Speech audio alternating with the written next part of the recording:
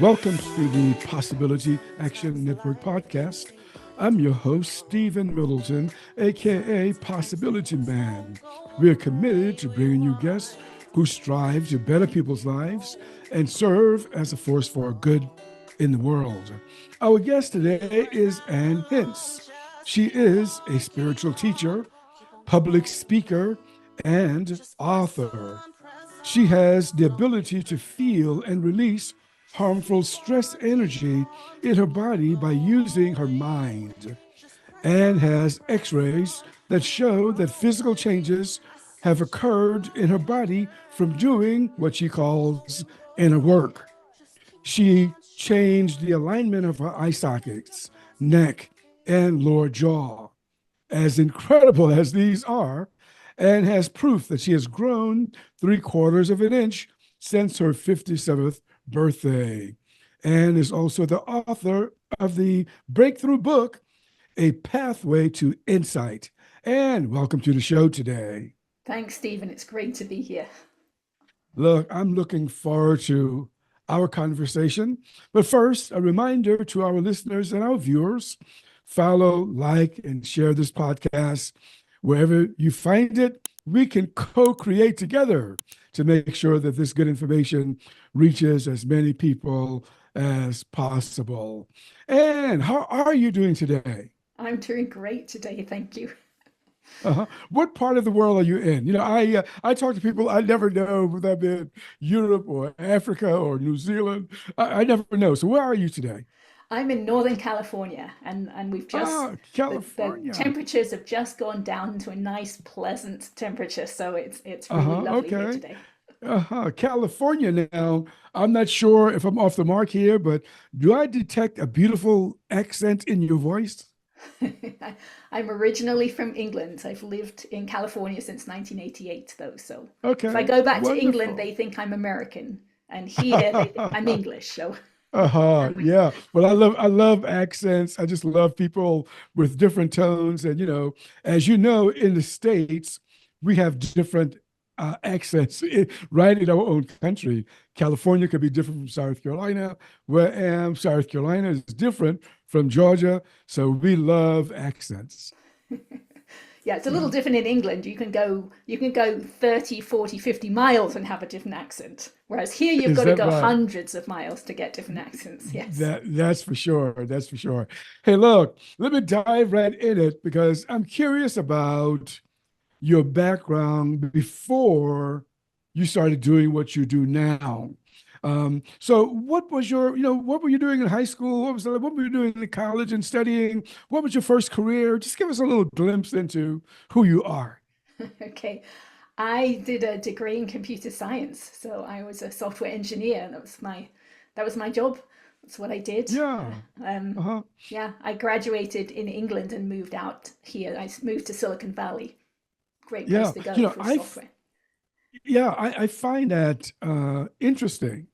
Whenever I meet someone like yourself who is clearly, in my mind, a spiritual person, who has written at least one book about some aspect of spirituality and what's possible, and then coming from an engineering background.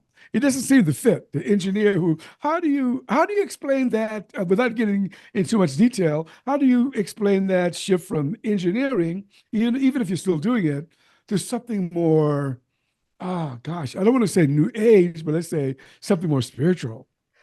Yeah, I mean, it's interesting. I don't know. I was always kind of ambidextrous, so Uh-huh. I was somewhat balanced. I'm also a Libra, so even though Yeah. I did engineering, which I love the logic of, I Yeah. was also an artist, right? So I Uh-huh. kind of felt like I was somewhat balanced in the two sides of the Yeah. brains there. Yeah, So that yeah. explains it. But you've been doing this dance, as an artist.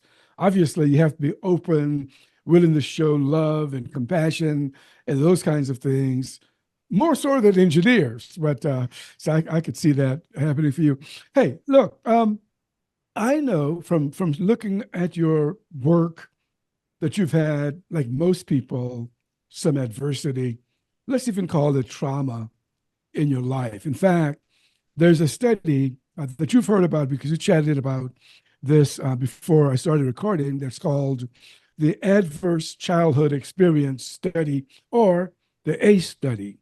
And what they say is that the adversity that children may experience could show up in their later life. So, with that in mind, I want you to think about your childhood for me, your parents growing up, and can you identify any periods where you might have experienced some adversity, or even what we may call trauma? I can think of many, many ones, yes.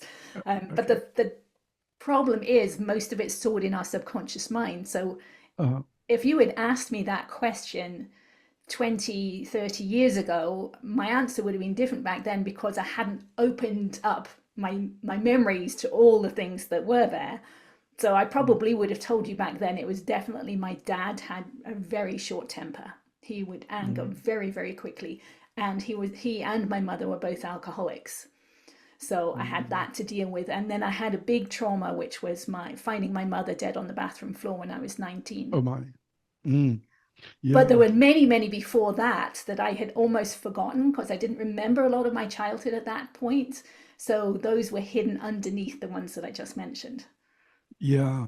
And gosh, I mean, it's clearly many small T traumas, but some big T traumas as well.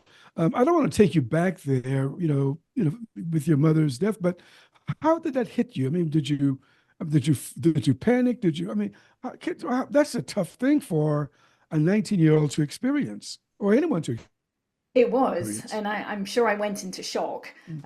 I was the only one there at the Yeah, time, so my brother was at his girlfriend's house, and I had to try and track him down. And my dad was working in yeah, Saudi Arabia at the time, so it was just me there. yeah, And mm, yeah, it was very traumatic, and I yeah, didn't really know what to do about it. I'd never heard of anything like therapy or anything at that point in my life, and mhm, my family never talked about anything. So yeah, I just kind of carried on with life. I did what I had to do mm, and just moved on. And I didn't yeah. really realize that what I was doing was just suppressing it all. Right. I can imagine that that's a heavy load. Even though you're functioning, you're doing your work, you're going to school, but you're carrying something on your back, which are some traumatic experiences. So I discovered, and just looking at your website and things like that, that you have what I'm going to call a mantra. If it's not your mantra, let me know. But when I read it, I thought, boy, that sounds like a mantra of some sort. And it was something like, everything happens for a reason. I mean, we hear this a while, but is that something that you still say, or is that something that you once said? Well, I know it to be true. Um, yeah, I know it. I know it now. It's not just something that I Uh-huh. say or hear. I just know it to be true. And sometimes we take that on as it's not a good thing, right? But it can Yeah, be empowering once we realize that, okay, yeah. this is happening so that I can release it, right? Those Uh, emotions or those feelings are coming up so that I can actually feel them and let them go. But it takes yeah. doing the work to realize that there's life on the other side. We're going to get deeper into releasing those stuck energy in a moment, but I'm still trying to understand, when someone has gone through adversity, anyone, not just you, gosh, it just seems difficult to say everything happens for a reason. So I'm just trying to see, how do you reconcile some of the difficult things that you've experienced, and we've mentioned a couple of them, with this sense that everything happens for a reason. Right. Yeah. Some people think that like it's the child's fault that they're going through all these things. It's not the Oh, child's fault at all. It's when we're young, we're like sponges. We just take everything in, and it's I think of it like as that is setting our signal for life. That is establishing who our mm, experiences. We're holding those experiences inside, and then once we become adults, we kind of that's the signal that we're emitting, and we keep attracting things over and over again, similar things, similar feelings to those that we've established in childhood. And mm. those are happening so that we can find the childhood events and release them. Uh-huh. Yeah, as I said, we're going to get deeper in this releasing thing in a moment, but I want to stay with this a little longer because, I mean, in the real world, I can recall talking to a young man who felt that his father had abandoned, his family when they were children. And I spoke with him as an adult, and he really had difficulty. He said, I can understand that he's not with my mother, but I can't understand that he did not take care of us. So that young man, decades later, is still walking through this. So he would have difficulty saying everything happens for a reason. Right, because he hasn't There's done the some, work yet. He has not yet uh-huh. done the work. So that's the key then. You got Right, to it's do the coming do up the for a work. reason.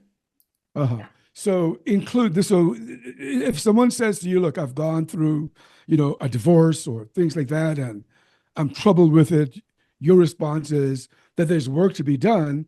It's not that you're just stuck there forever, unless you want to, but the things that, okay, all right. So let's get into your work because you've mentioned it a few times. Oh, let me ask you this question first. What prompted you to get on the path that you're following now? Because you didn't do it at 19, I don't think. You didn't do it at 20. So what put you on this path? I was in my late 30s at the time, so I went many, many, many years without realizing that my past was affecting me. And Mm, what it was a business altercation with two other mothers at my boys' school. And they were self confident, self assured, authority type women, similar to my dad in many ways. And they told me I'd done something wrong. And I was mm, so reactionary all those years. I had PTSD. I was just very jumpy, scared all the time. And they told me I'd done something wrong, and I could not stop my mind spinning. It just went over and over everything I'd said, what they'd said, what I did, what I could have done differently, mm, just all those different permutations. I could not stop my mind spinning for 3 days. And it was mm, at the end of that that I realized, okay, this is not normal, first of all. And I also realized it felt a little bit like how I would react, or how my mind would react when my dad would tell me I'd done something wrong. And that was the little opening for me to realize that my childhood maybe was still affecting me to this day. And mm. it's funny looking back on it because there was so much that was affecting me, but I was only shown that little glimpse that maybe something was. That's a powerful insight. And from if I understand you correctly, you were getting this insight even before you got steep into the practice that you do now. Is that right? Yes, yes, that's what pushed That me to look for something, to uh look for some way to access my childhood. right. Wow. I mean, I'm impressed because, as I said, where do you think even that insight was coming from? I mean, to say, gosh, I need to do something. I mean, where do you suppose that's coming from? That was coming from. Well, we often hear that, right, you have to reach rock bottom in order to start coming back up. And Uh, that was my rock bottom. It's like I knew I yeah. had to do something. I had to be different because I couldn't imagine going on the way I was. Yeah, yeah. So, did you agree with these women that you were wrong, that you had done something wrong, or was it just you did not feel that you could stand with them on an equal footing? Correct. Yes, I didn't do anything wrong. It was a good business decision that I made at the time. Maybe I went about it the wrong way, but that Mm, again, that the way I went about it was because they were these authority figures, and I was yeah, scared of them because I was scared of my dad. yeah. That's an amazing insight for you to have had based on that experience. So then you began to seek help. Tell me about the help that you discovered. Right, because I didn't really know what I was doing. I just knew I needed to find something different. And at the Mm, time, I went to a doctor's appointment, and he was a holistic physician. So he had more tools in his toolbox than many other doctors do. And he asked me on a scale of 0 through 10 what my stress level was because he could tell I was more stressed than I should be. And I mm, said 8 out of 10. And then he asked me why. And it was that question that made me realize, oh, it was finding my mother dead on the bathroom floor when I was 19 because the yeah. tears from that event were still just under the surface 2 decades later. Mm, And so he happened to know this technique that is called EFT, which is short for emotional freedom technique. It's also called tapping because we're mm, tapping on different places on our body. And he tapped with me about my mother's death for about 15 minutes. And I walked away being able to tell the story in my mind for the first time ever without those tears there. So that was the Wow. start. Oh my gosh. Firstly, that doctor, uh, good fortune just kept coming your way for you to meet someone like that, who was open and asked the right questions. That's amazing. Yeah, yeah, and he knew the techniques, so it was great. Yeah, yeah. So EFT, emotionally focused therapy, did you It's actually immediately emotional freedom technique. freedom therapy? Emotional Okay. freedom Was technique. it? Yes, gotcha. EFT. So did you immediately say, this is something that's useful? Well, I have an engineering background, Uh, so I wasn't willing to accept that that one 15-minute session was really going to make a big difference. But what I mhm, did do is I guess the engineering again, I went home and I went online and I learned everything I could about it because the man who developed it was also an engineer, which actually helped me. He was a mhm, chemical engineer and he gave it away for free. So he had, at the time, he had like a workbook online that you could download and you could learn everything about it. And mhm, so I did that, but I still didn't really necessarily believe in it. I wanted to try it out on something fairly simple because my brother's death was a big trauma. Right, that 15-minute session didn't clear everything out. It was just the first step. So at the time, I had a 17-year-old cat at home and his kidneys were mhm. starting to fail. And I was told I had to give him a daily saline shot, like an injection, a saline solution. And I Yeah. hated injections. It's like they were so scary for me. And the first time I gave him that shot, my hand was shaking so badly. I knew I couldn't do it every day. So I thought, let me try out this technique. Let me see what I can do. So I did. I tapped about every aspect of it, which is something you do with EFT. So I tapped about my hand shaking. I tapped about my fear of hurting my cat. And I tapped about all the injections I had had as a child, which was many. And the next day, when I gave him that shot, the needle just slid right in. All that fear that had been sitting inside of me the day before had totally disappeared. And that's when I started to use it because I wanted to be the person without all that fear, right? So I Uh-huh. wanted to be what it was going to make me on the other side after I'd released all these emotions. So that's when I started using it daily. Uh-huh. You became a believer. So, in terms of EFT, so it was good for, you administering the shot to your cat, relieving some feeling, built up energy from what you saw at home. What else is it good for? EFT, Well, that it is. can actually be used for just about anything. So the way Uh-huh. I started to use it to begin with was just during the day. I'd ask myself, okay, how am I feeling right now? And then I'd ask, do I want to feel this way again?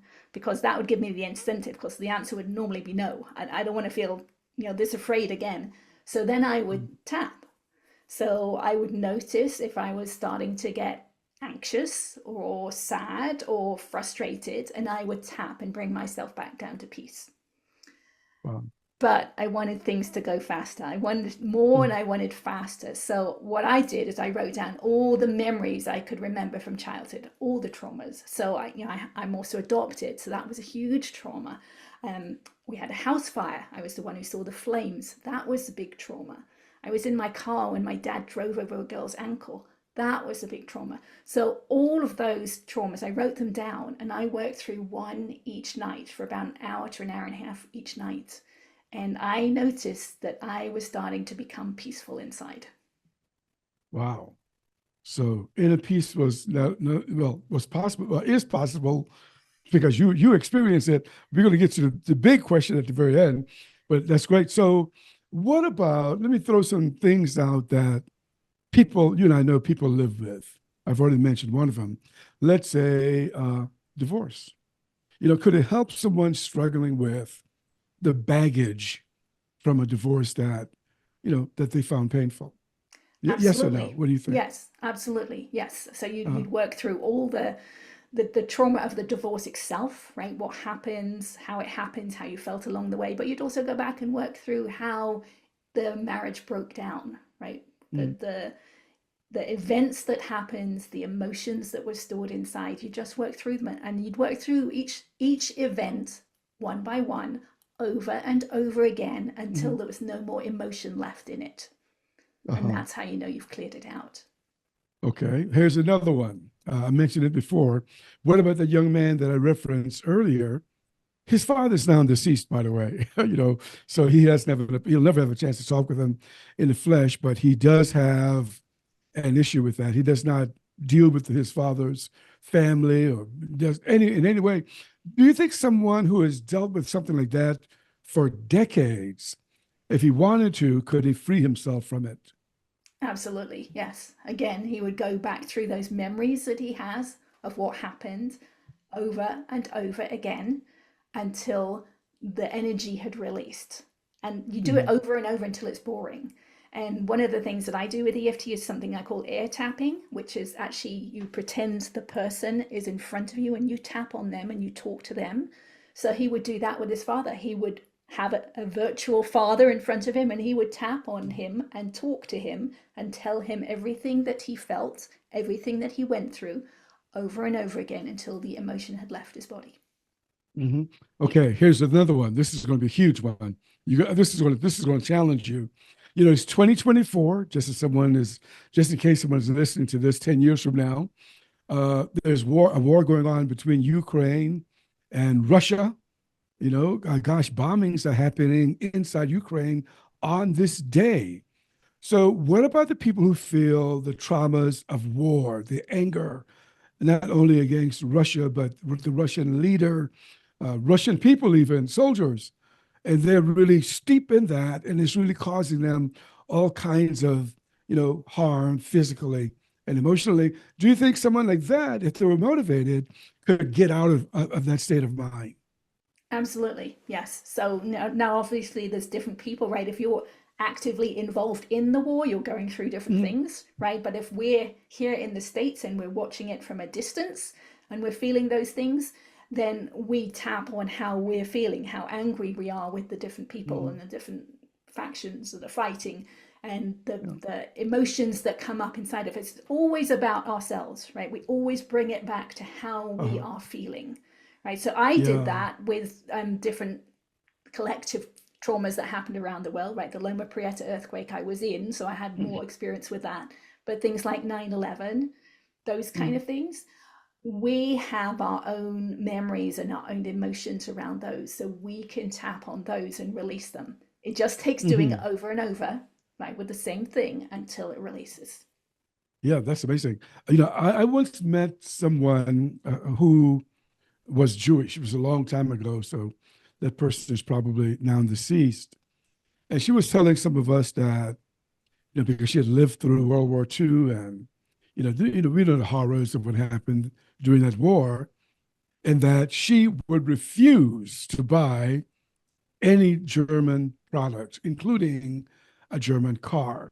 I wonder if someone could be from any group that have like historical memories of trauma, can they overcome, in your judgment, those things by the technique that you've used on yourself? Absolutely. Yeah, I have no doubt. It just takes work. And sometimes you Uh-huh. don't realize how something from the past is affecting you. So even though she might not address the history so much directly, she could address that she doesn't want to buy anything German, right? She Uh-huh. can work with that. And as she does, the memories will pop into her mind. Uh-huh. So we can only sometimes get to where we need to go by working with what's happening right now. So, for example, I used to be really afraid. I had to make once a month trip to an orthodontist in the Bay Area, which is a 2.5 hour each way drive. And I was always afraid to leave because I was afraid I would never come back. Hmm. And so that's what I worked with that for quite a while. And eventually I realized, okay, that's part of the adoption trauma because that's what happened. I was given Hmm. away and I never came back. Right. So Hmm. the connection there did not come until I had worked through what I was experiencing in the present, which was this fear Yeah. of driving away from the house. Uh-huh. So, at some place, and what I saw about you, something like, together we can change the world. So is what you're kind of pointing to, is that, we people who are committed to positive change by learning techniques that work, we could help create a better world, a better society? Absolutely, right. We have to work on ourselves. We have to release that negative, that darkness Mm. inside of us. Uh, And then we're not emitting that signal anymore, so we're not attracting it into our future. uh-huh. So it always starts with us then, because a Always. lot of people with, with historical, visions of trauma of their cultural group, and this happened in someplace else. But you're saying is that you can't change the outer world. Well, I suppose you could, but you got to change the inner world first.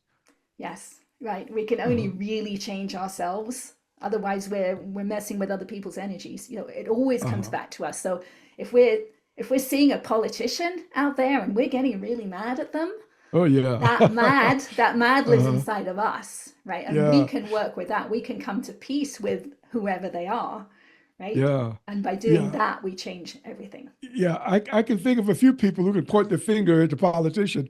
In fact, I heard someone talk about Putin. He's, oh, Putin is a madman. I'm thinking, well, okay, maybe he is. I don't know, but I got you there. It always comes back to the person who is feeling that energy. So tell us about stuck energies. I mean, what is, or maybe that's not the right word. So if there's a different word or better word, please use it. But tell us about stuck what I'll say is stuck energies. What's that Yeah, about? stuck energy, stuck tension. Now that I'm inside the body itself, I realize that it is tension that's Mm. stored inside, but we can't see it as that to begin with, right? We just see it as emotions, maybe, or as memories. Hmm. All of those, that energy that's held inside from our past is actually stored inside the body. In my experience, as tension, but we're not aware of it, right? So as we release these traumas, our awareness, our self-awareness deepens as our Mm. subconscious mind opens up. It's kind of one and the same thing. They happen simultaneously. And so we become aware at a deeper level. So we become aware more of the sensations or the tension Hmm. held inside that we weren't aware of before. But it was always Hmm. there. It's just stuck in our subconscious mind. Hmm. Okay, I want to come back to the subconscious mind in a moment, but I want to understand this process. So, is it a matter of that is, do I have to do something to release it, or does it let go of me? If I do my work, that it releases itself. That I don't have to be a good releaser. Well, I think you get what I'm trying to say. Yeah, there's different ways of doing it, and as I went through my Mm. journey, I worked through different ways. But with EFT, the tapping itself does the releasing. So what we're Uh-huh. doing is we're bringing a memory to mind that probably has some emotion involved, and as we tap, it releases from the nervous system of the body. It Hmm. releases itself. Once it's been acknowledged and accepted, it releases. Hmm.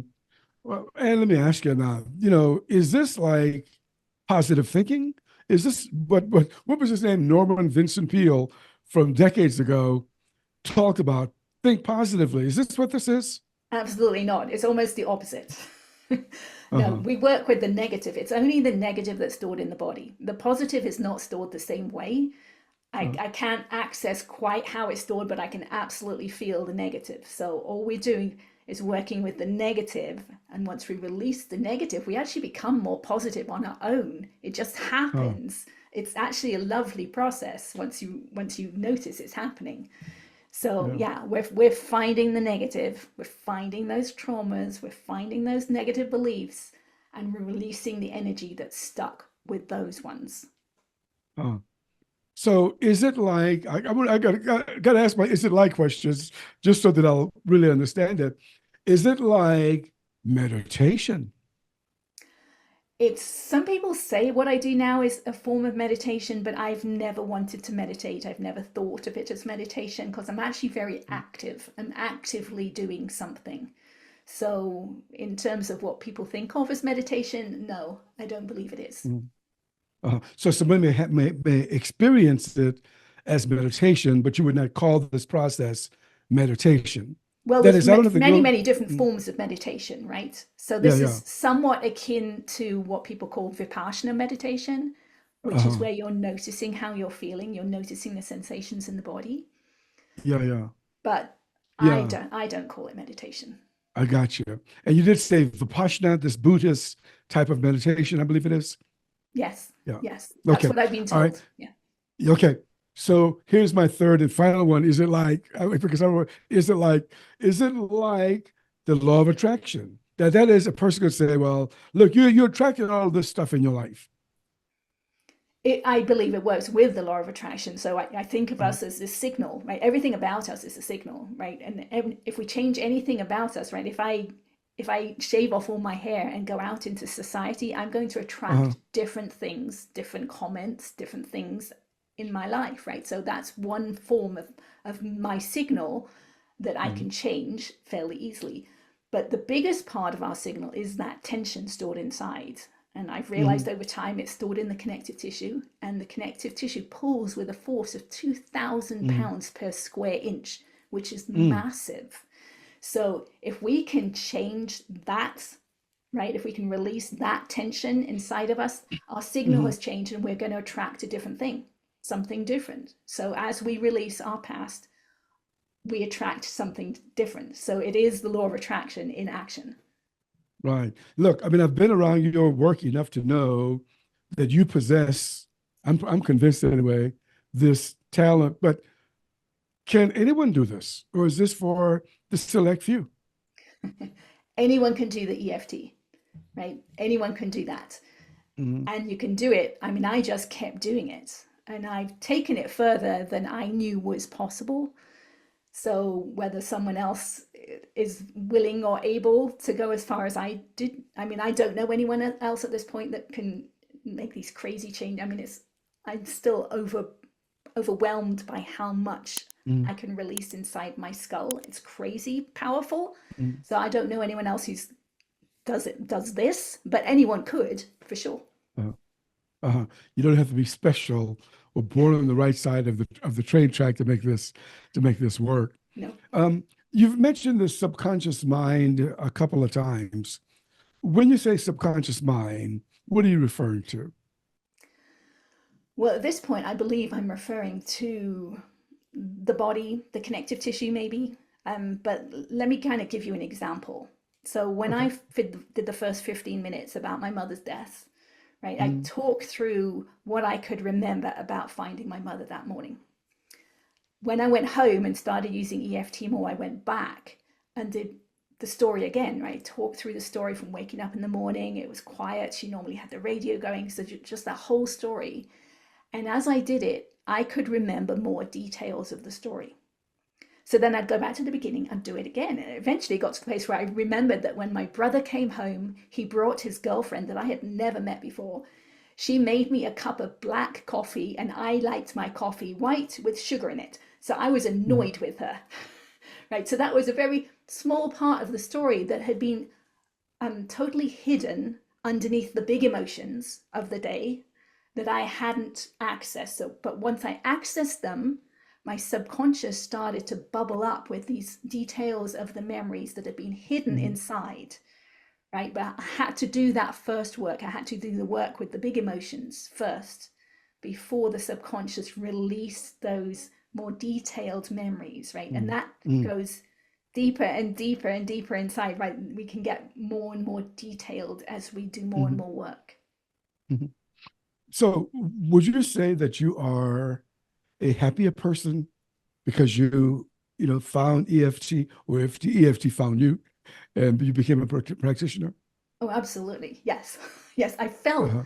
I felt heavy, right? Most of my life. I just felt weighed down. Mm, And I'm much more loose now, right? Happy I can laugh easily. And mm, I go to the cinema and I'm laughing all the time and I'm looking around. It's like, why is no one else laughing?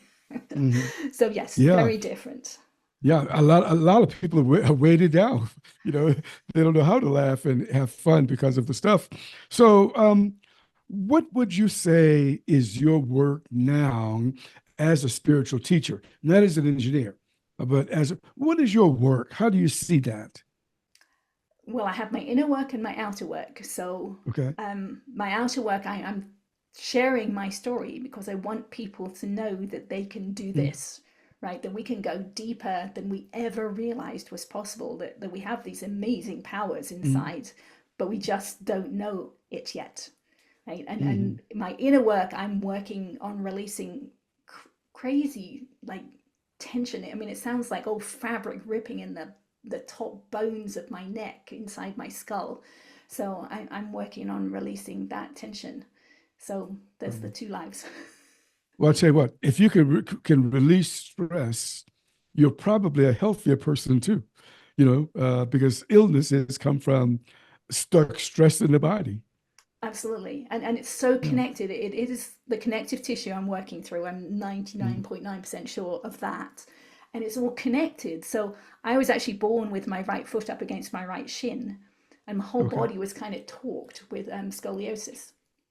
And Hmm. so when I'm releasing tension in my cheek or my neck, I will sometimes feel that go all the way down to the top of my right foot, because Hmm. it's all connected. And so you release tension in one area, it's going to readjust the whole body and Hmm. start the body to be more aligned. So yes, it Hmm. is healthier. Yeah, and I also know that you talk about your work, on YouTube, your YouTube channel. What do you try to share on that platform? I try to share the details of this journey Hmm. and how it connects in with everything else in life.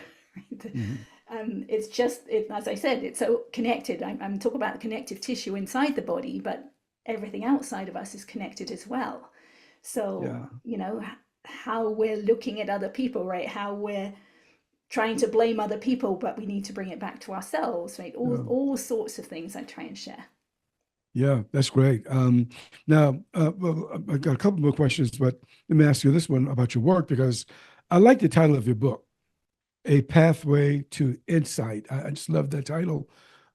Did that title just come to you immediately, or did that title take some time to show itself to you?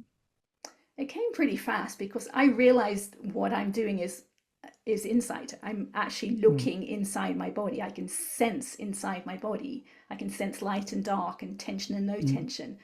And it's insight. I believe it's the original meaning of the word insight, which is like inward yeah, sight or inside sight. And uh-huh. this I was like my that. pathway to find it. Yeah, I mean, I like it. I like the title. It works. I said, oh boy, that's pretty good. That's a stopper. You walk in, see that title, you got to stop and take a look. So, what do you try to? Just a couple of few things, maybe three things that you try to say in that book to get our attention as a reader. Well, the first step that I always encourage people to do is to start noticing when they're emotional during the day, because until you can do that, right, until you can stand back and say, okay, look at me, I'm starting to get frustrated now, or I'm starting to get angry, until you can add that little step in there, you can't do anything about it because you just get caught up in the emotion. So that's a practice. And to begin with, I could only do that maybe once or twice a day, but as I Mm, did it more and more, I became more aware of it, right? So it kind of it builds as time goes by and as you start practicing that. So that's the key. You got to start doing that before you can do anything mm, else. mm. Then Yeah, we that's haven't great. really mentioned the second Mhm. step that I talk about. Okay. So as EFT is opening up the subconscious mind, our self-awareness deepens. So we become aware not only of our emotions, which many of us suppressed, I had suppressed, but we became aware of the physical sensations underneath the emotions. So if you're feeling frustrated, you're actually feeling tension in certain places in your body, and you call that feeling frustration. So this is kind of reversing that process. Instead of using the word frustration, you're actually noticing where the tension is in your body. And that is a deeper level of self awareness. So for me, I can feel frustration in my solar plexus and my rib Mhm. cage. Can you feel frustration in your body? I sure can. Where is it? Where would Where, you put it? where? I would say sometimes in my chest, I could feel, some type of sensation in my chest. Okay. Yep. Or maybe Okay. in tightening my jaw, you know? Uh-huh. Yeah. Yes. That would be anger as well for a lot of people. So Yeah. that's a Yeah. level of self-awareness that we can Mm, develop as we release all those emotions, that the traumas that have been stuck inside, they hold us away from that self-awareness. But as we mm, release that energy, we're able to see deeper inside, and we're able to mm. sense those sensations. So that's another thing I talk about in the book. That's kind of what I call the second step. Yeah, well, that's fantastic. Is there anything else from the book that you want to share today before I move on to my next question? No, Is go there ahead, anything move else? on. Okay. All right. So, well, let me jump right to this. This is the Possibility Action Network and the Possibility Action Network podcast. And I say that there is a great question. I call it the great question of the day, especially when I speak with someone like you with experience in a modality to help people live a happier, healthier life. And here's the question, Ann. Is it possible for me? That's the cry that people are asking.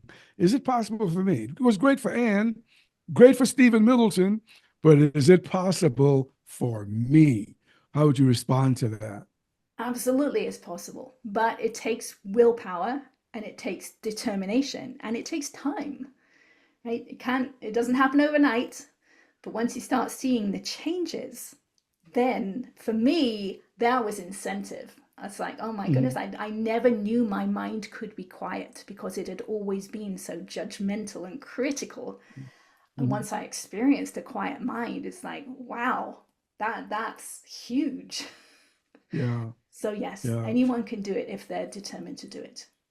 That's hopeful. And I wanted to make sure we get it out there that, sometimes people look at the exceptions of for them and, not me, that kind of thing, which can be released as well, right? That's stuck, some type of stuck energy as well, believing Yes, that you're always left out. What about health conditions? Can a person improve their health conditions? absolutely. Yeah, there's some amazing stories online about EFT and health conditions. Mm. But again, it's done the same way. So you tap about, well, what happened, right? Was it an accident? If so, you tap through the accident over and over again Mm. until the energy has released. And then what's going on, right? Is the pain somewhere? If there is, you can tap through that. Is the Mm. pain preventing you from doing things you wanted to do? Then you tap through that. So you find all these different aspects of the Mm. situation and you tap Mm. through them all. And that kind of just releases everything inside. It just releases the dis-ease inside. Yeah, but I guess you would probably no. I don't know. Let me see if I can ask this as a question. I'm thinking about people who may have something that's genetic in nature, like multiple sclerosis or muscular dystrophy, those kinds of things. Do you think tapping might be something that'll be helpful to them? That is harder because Hmm. it's so ingrained.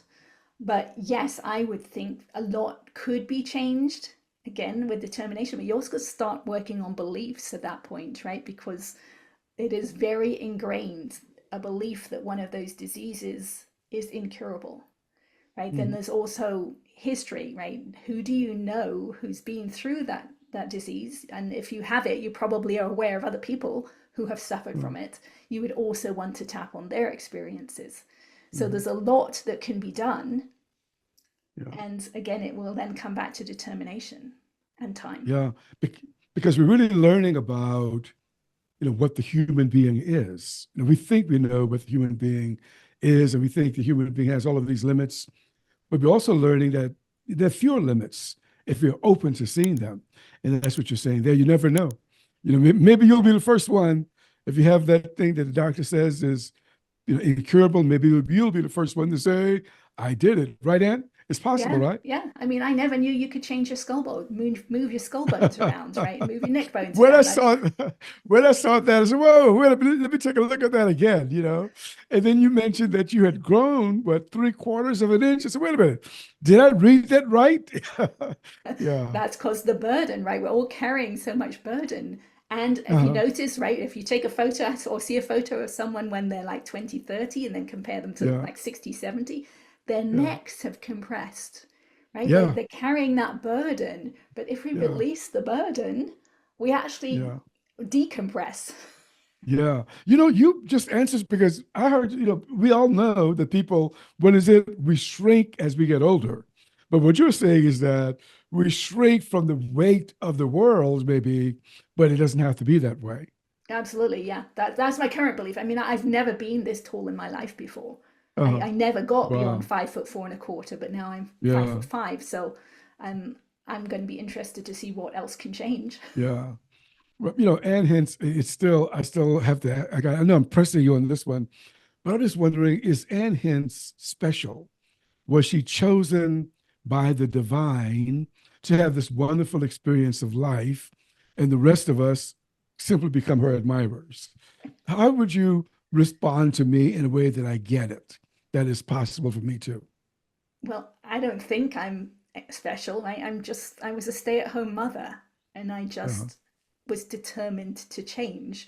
So my book shows the steps that I took, right? So someone else can take those steps. So I think anyone can do this. I don't think I'm Hmm. special. Hmm. Okay. Gosh, Ann, is there anything else that you want to share with us before we say goodbye today? I would love people to know how much more there is to life than we know, Mm, right? 30 years ago, 25 years ago, I had no idea that all of this was possible. And it's lovely because I have this depth of awareness inside of myself and I see that depth of awareness outside as well, right? mm, So many things have changed. So I can sense other people breathing, how deeply or closed off their breathing is. And so I can mm. tell whether they're telling a lie or not, because when we're telling a lie, we Wow. don't want to see inside of ourselves. Oh, So we breathe from up in our chest or in our neck. yeah. So that's an awareness that I have that I didn't have before. The tension in my skull has released so much that I can breathe differently and my voice sounds differently and I can sing different notes. There were notes I couldn't sing before, Mm, but I can sing them now because the tension in my skull has released. yeah. Uh-huh. So there's just so much more depth to life now than there was before, and other people can find that too. Yeah. Well, clearly, anyone can do it, but anyone can play basketball, but everyone is not going to play like Michael Jordan. And hence, you strike me as the Michael Jordan, or at least one of them, in the EFT world. It has been my pleasure, Anne, talking with you today. Thank you so much for joining me. Thank you. Thank you for having me. It was a lovely conversation. Aha. Well, you've been listening to the Possibility Action Network podcast. Our guest today has been Ann Hince, the author of A Pathway to Insight. I'm your host, Stephen Middleton. Until next time, good day. You are not alone, just keep on going. Just press on, press on.